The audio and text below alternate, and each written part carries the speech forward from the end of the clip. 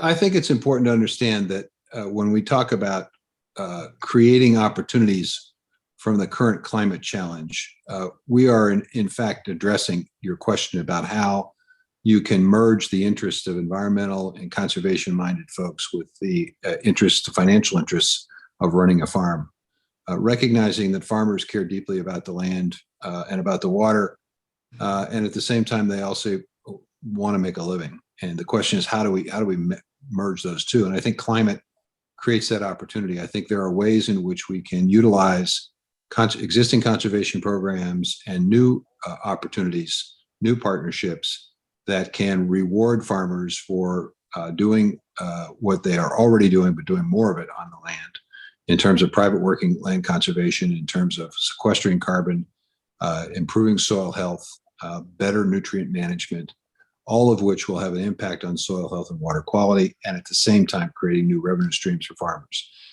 There are circumstances occurring in the country today, which I think we'll see an expansion of, where manure from operations will no longer necessarily be over-applied on land, either because farmers are embracing precision agriculture, or we're finding alternative ways and alternative avenues for that manure to actually generate income for farmers, so that they aren't necessarily in need of placing excess nutrients in the ground. They can take those nutrients, they can separate the water from the solids, they can reclaim the water for their operation, they can take the solids, and maybe it becomes a renewable natural gas, maybe it becomes fuel for a car, maybe it becomes a pelletized fertilizer that you can bag and store and specifically and precisely apply in locations. Maybe it develops bedding, maybe it's some other chemical or material that's used to produce jobs in rural places and farm income. So to me, what we're looking for are ways in which we can actually meet the needs of both environmental and conservation concerns and income concerns. Sustainability has many definitions. We want it to be environmentally sustainable. We also want it to be economically sustainable. And I think we can get there. So to accomplish those things, are we talking about just educational efforts? Does it take some financial incentives along the way? What are the means? How do we get there? We're putting out a report here that in the next few days that really lays out the foundation upon which all of this is based. First of all, it requires a system to be able to accurately calculate the benefit of particular practices. It requires a system that is adaptable to the smallest farm and the largest farm and the methods of production, so that and that recognizes that some people have already started doing this and they shouldn't be penalized because they're early adopters. It's a system that's dependent on having enough people at NRCS and volunteers and alike to be able to provide the information, the technical information and expertise that would enable farmers, again, of all sizes, to be able to fully participate. And it may require the development of new markets that don't, and new partnerships and new programs that don't exist today, but could be created at USDA to help inform what could possibly be longer term commitments to policy. So there's a multitude of ways, I think, for us at USDA to use the existing tools and to create new tools that provide the financial incentives and direction that reward farmers for conservation practices that in turn have the consequence of reducing emissions, improving soil health, and protecting the water. And is the ultimate goal to avoid having the discussion about mandatory guidelines and requiring farmers do certain things? Well, the ultimate goal is to reduce emissions. Well, because if we don't reduce emissions, we're going to continue to see warming climates, or warming temperatures rather, to the point where we're going to have our ability to produce will be severely at risk, which we can't afford. The goal is also to make sure that there is profitability in whatever it is we create, so that the right set of incentives are in place to encourage farmers to do this. I mean, the challenge with regulations is that it's hard to get them enacted because you have rights to litigate, which drags the process out. And oftentimes there is not the capacity to fully enforce whatever regulation you have, and people figure out a million different ways to try to get around the regulation. And And so we don't have time.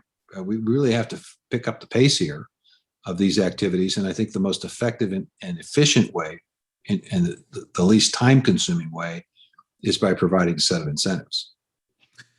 In a similar vein, there are communities municipalities that are dealing with nitrogen levels coming from upstream. Is there anything in the administration, USDA, is planning or is talking about that could help communities that are trying to guarantee clean drinking water for their residents?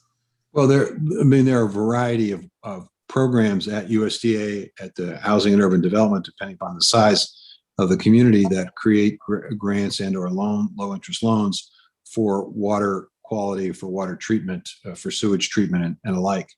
And those programs are available to cities and communities to utilize to upgrade their facilities.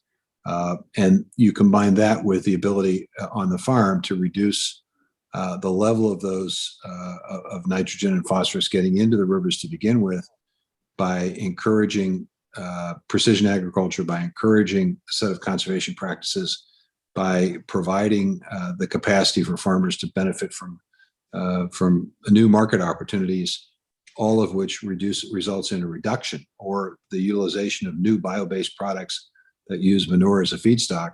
So there isn't the need for over-application that causes problems downstream. Right. Obviously, a lot of soybean farmers in Iowa and Illinois, where our readers are. What steps is USDA and the administration taking to help provide some stability to the soybean market after some protracted concerns about tariffs, a couple of kind of up and down years here recently? Well, fortunately, the soybean prices have improved significantly, and obviously in large part because China has re-engaged in purchasing soybeans under the Phase 1 trade agreement. So to a certain extent in the short term, we obviously want to make sure that China continues to live up to its obligations and responsibilities under that trade agreement.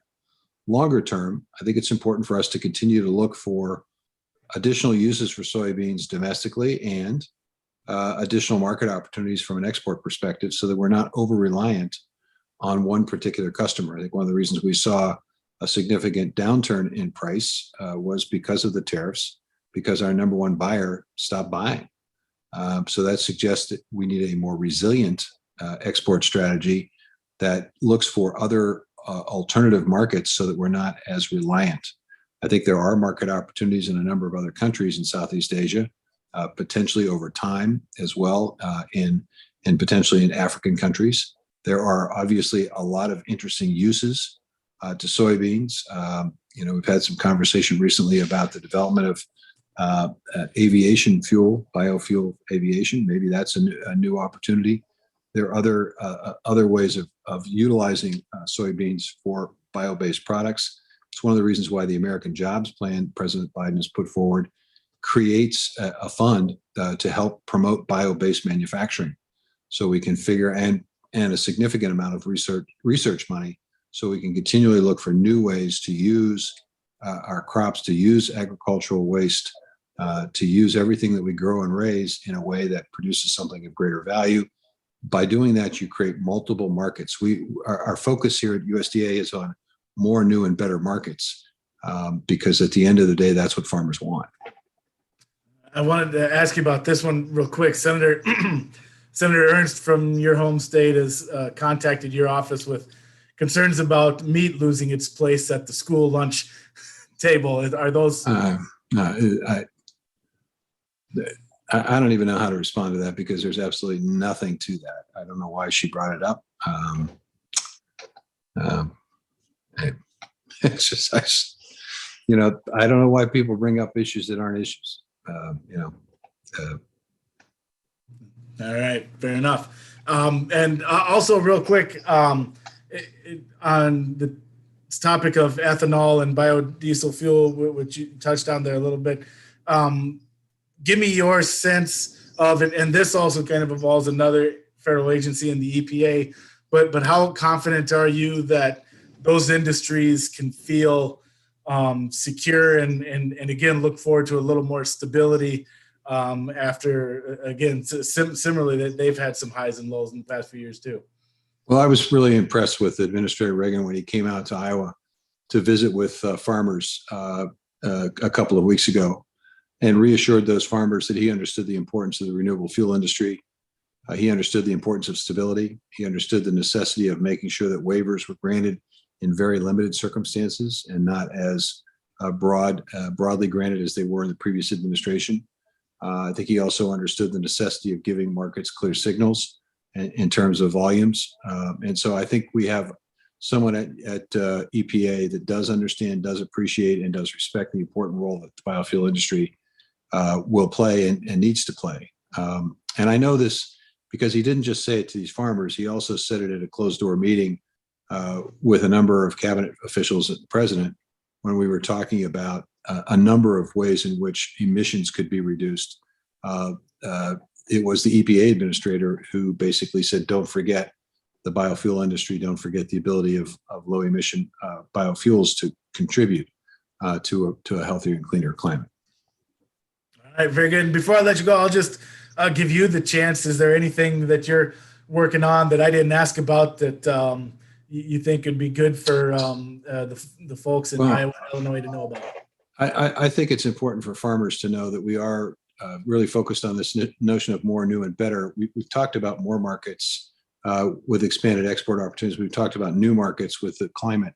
Better markets is really about the ability to have open, transparent, and competitive markets. And I think that means looking at the way in which the resiliency of the current system. I think we found during COVID that perhaps our supply chain for food was not as resilient as it needs to be. And we're looking obviously at ways in which we can create more openness, more transparency, better understanding of how animal protein is being priced at the processing facilities, and determining whether or not it makes sense to have some additional processing capacity so that we have a more resilient system. And I think if we had that, we probably would see competitive markets, which would obviously benefit producers. Very good. That covers everything I wanted to get to. I appreciate the time very much, Secretary. All right, take care. Thanks, you too.